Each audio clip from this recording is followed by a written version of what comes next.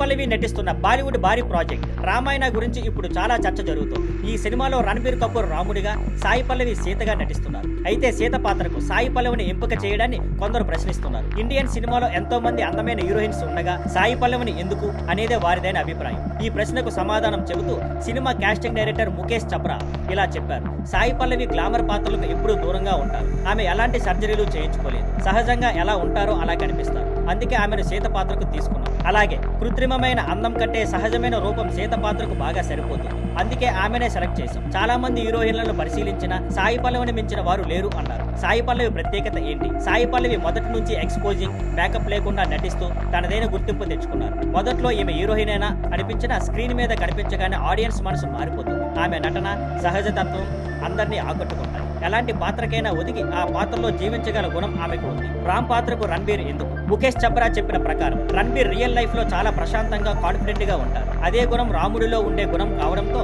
ఆయనను రామ్ పాత్రకు ఎంపిక చేశారు. రిలీజ్ డేట్: రామాయణ సినిమాను 2 భాగాలుగా విడుదల చేయనున్నారు. మొదటి భాగం 2026 దీపావళి, రెండో భాగం 2027 దీపావళి. మొత్తానికి సహజత్వం, నిజమైన భావాలు మాత్రమే ఈ సినిమాలో కీలకం. అందుకే రామ్, సీత పాత్రలకు రణబీర్, సాయి పల్లవిలను సెలెక్ట్ చేశారని స్పష్టం చేశారు.